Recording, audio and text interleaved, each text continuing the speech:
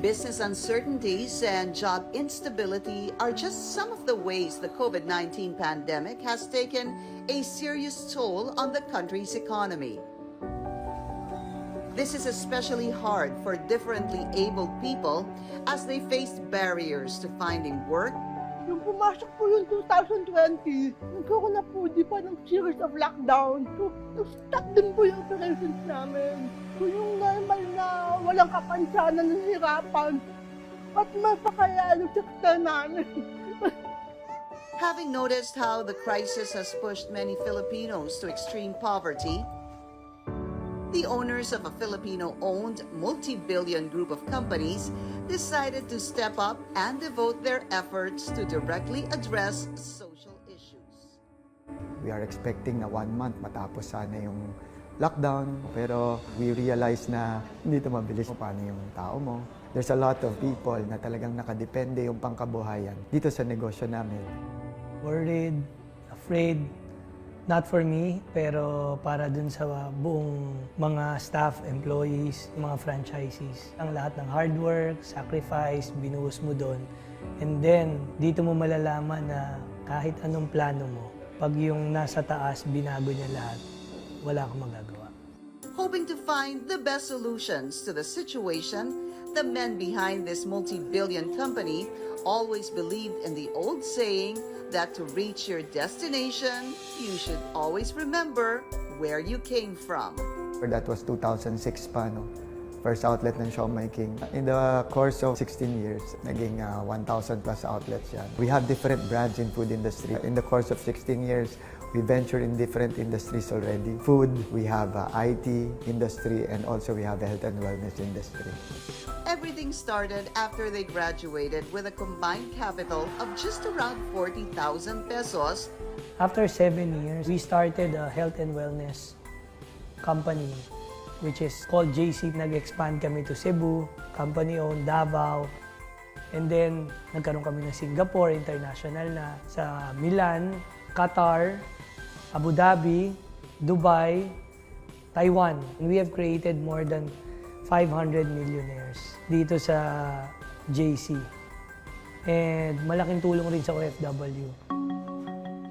But as with any other industry, the pandemic has bluntly tested the fragility of their systems. To which the two bravely responded, going online is the key. It's more of a survival. I think yung online franchise is bunga ng we want to fight over yung COVID or live through it.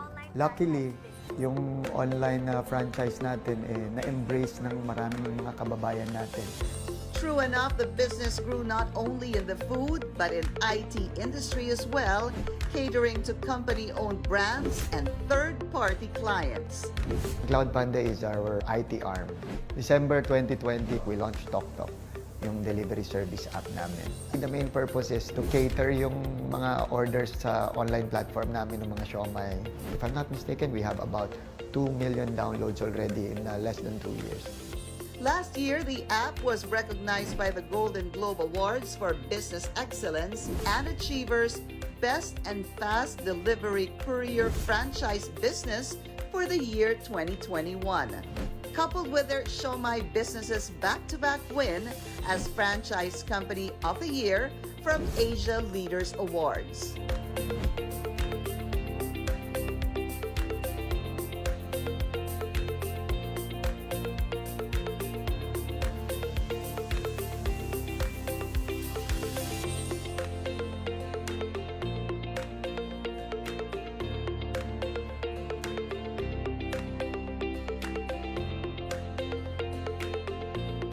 Nagkaroon ako ng principle nun na kung ano yung napapanahon, yun ang negosyong pinapasok mo.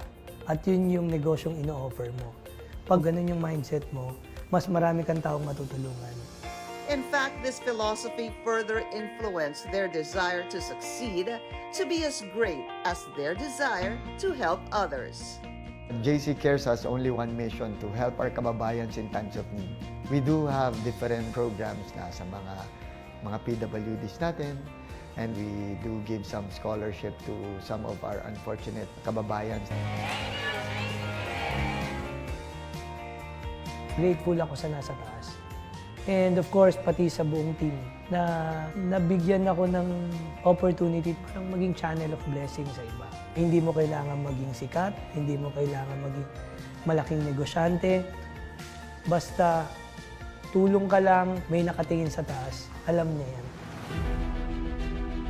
Tumulong po sila in terms of yung mga basic needs ng mga PWs, like yung hygiene care, mga vitamins.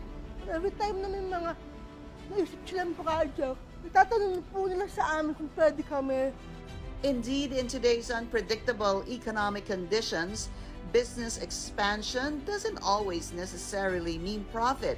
For some, it is a modest way to help more people, especially during these trying times. Siguro yung nasa kalooban namin, bakit we always want to help people. The same way na kung saan kami nag-umpisa, ngayon, nasa palad na namin kung maging scarcity ba yun o hindi, sa pamamaraan na alam namin. It makes me grounded. Medyo, kumbaga, alam mo, pagka nabe-bless ka, sometimes, nalilimutan mo kung saan ka nang galing. So, yun yung naging isang way ko para laging ipaalala sa akin na nasa taas na diyan ka galing. Maliit na tulong man, malaki, ang importante, tuloy-tuloy,